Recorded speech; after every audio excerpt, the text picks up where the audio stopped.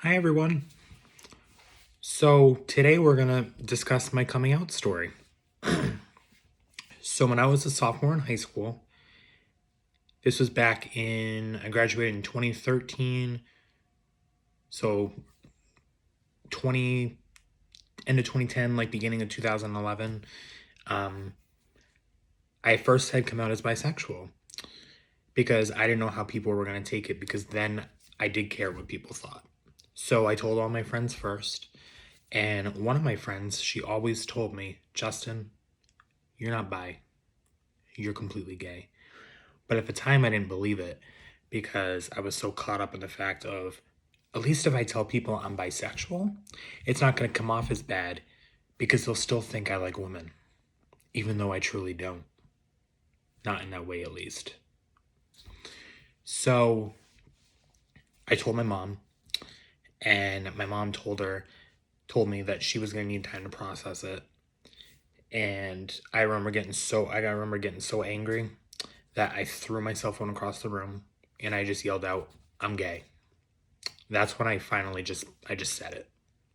Because at that point, if you're gonna need time because I'm bisexual, you're definitely gonna need time if I'm gay. My mom's my biggest supporter today though. I love her. I love her to death. And she's very supportive of me and my fiance and the fact that we're gonna get married in 2024. So back to my coming out story. So I came out to all my friends in school. I came out to my mom. And then I came out to my dad. And my dad, I was kind of scared to tell because you know how most fathers are with their sons being gay.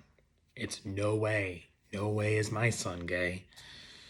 And then they get all pissy and just disown their children when they come out.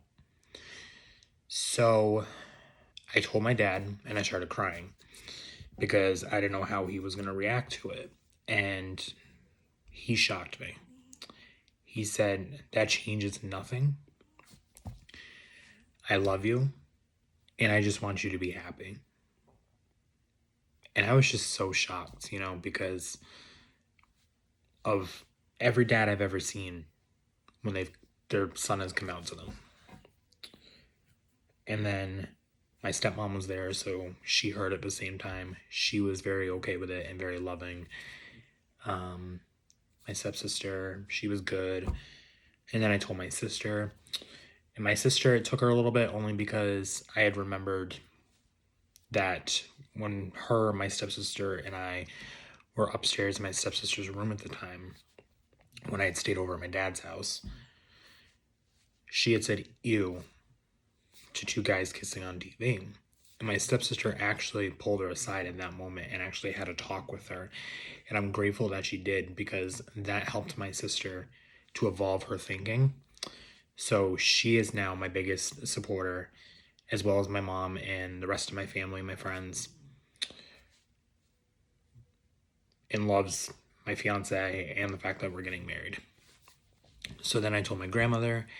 My grandmother just told me that she loves me and to be safe and that she's very happy for me. So, like I said, now that everybody knew, I began to explore my sexuality the closer I got to my senior year of high school. And how do most gay men explore their sexuality? They use apps like Grindr. And so this is where things get a little wishy-washy and where I got into some dangerous situations where I was meeting up with strangers and doing, I'm still trying to keep it appropriate, but I can get into it a little bit more on here than I can on TikTok. So I was meeting up with them, hooking up, and then they were dropping me back off at home. And at the time, I didn't see it as dangerous because I'm like, I'm just exploring who I am. I'm just really figuring out if this is who I am. And I honestly enjoyed it too much. So And then eventually all my family, my friends started like getting mad with me and yelling and just being mad at me, which is understandable because I'm their friend, I'm their son, I'm their brother, and I'm putting myself in danger.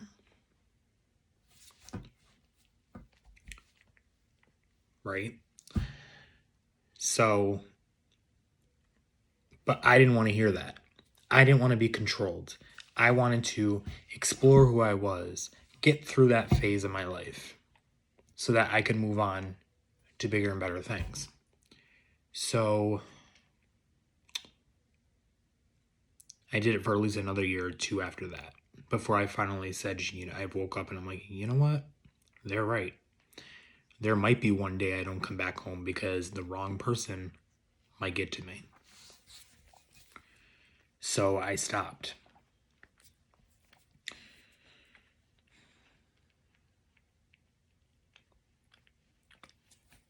And growing up, I kind of always had a feeling. I just didn't know what it was. Because I would be in elementary school, like fantasizing over the male principal, or I was at Boy Scout camp fantasizing over the male lifeguard. And so I kind of always knew, from like a young age.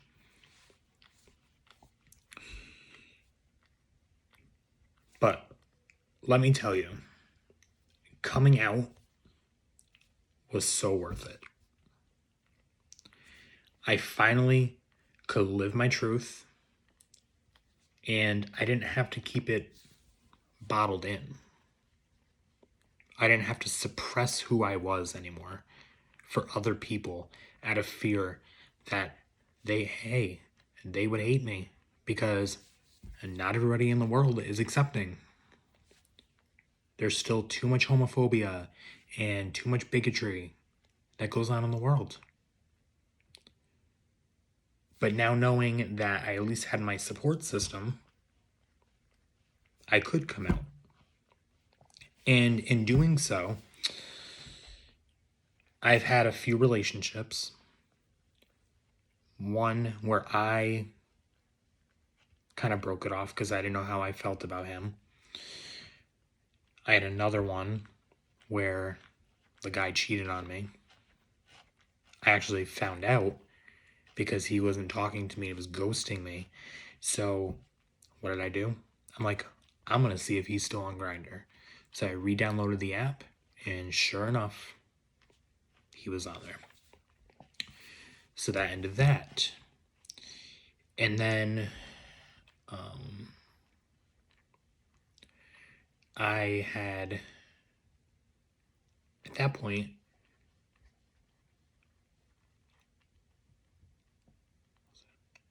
had I moved back in with my mom? Yeah, I'd already moved back in with my mom at this point when I met this other guy, the one that cheated on me. But before I moved back in, this is a little bit after my hooking up phase, I had a friends with benefits. So in between relationship, went friends with benefits to relationship. And then I found another guy who was very controlling and very manipulative, and I can get into that in another video because down the road I'm going to discuss toxic relationships, specifically toxic gay relationships, and I'm going to throw my relationship, my ex relationship, into the mix to kind of give you an idea of like what to look out for and red flags. And then fast forward to 2016 is when I fell in love with my fiance, and we just got engaged in 2021, and we had this new life that we're building in North Carolina together. And if I never came out, I would have never met him, and I'd still be living a lie. So to get to the next point, if you're in a situation where you can come out, without being tossed out of the house or disowned by your family, I recommend that you do so. Because, like I said, it's worth it. It's absolutely 100% worth it. But if you're in a situation where you feel like your life's going to be put in danger, hold off for a little bit. I know it hurts to hold off because when you finally figure out who you truly are, you want to start living your true life. But if it's going to put you in danger of being physically harmed or thrown out or disowned or being homeless, hold off for a little bit until you can get to a point where you can move out or you can put yourself in a better situation to where you can come out and live your potential. But also while you're doing that, feel around. Pay attention to like your mom and your dad and like your family and see if there's at least anybody in the family that you can come out to so that you're not waiting also until you move out. That's another way of doing it, is seeing if there is a family member that is supportive, even if there's one or a few that are not. Because maybe they'll take you in. I will always urge people to live their true life and to not live in fear of what other people think. And I know that's easier said than done because a lot of us look up to other people and a lot of us kind of look to other people to keep going ourselves. And I finally got to a point, it took me years, but I finally got to a point where I am 100% comfortable with myself, to the point where now I don't need validation from others on this. And I can live my true life without being fearful of what Tom or Elaine or, I'm just saying, giving examples of people, like people that could be bigots, that I could live not in fear of a bigot anymore and not care what a bigot thinks about my life because they don't pay my bills, they don't provide my happiness. So this was my coming out story and kind of just some advice on like how you could come out of the closet. And if you need any help at all with what to say, with how to do it, feel free to either message me or if you're comfortable enough, write it in the comments. And I'll get back to you and try to help you through it. Because there's nothing wrong with helping or getting help to do something, to come out. So I think next video, I'm going to be going into toxic relationships, specifically toxic gay relationships. I love you. And stay strong, okay?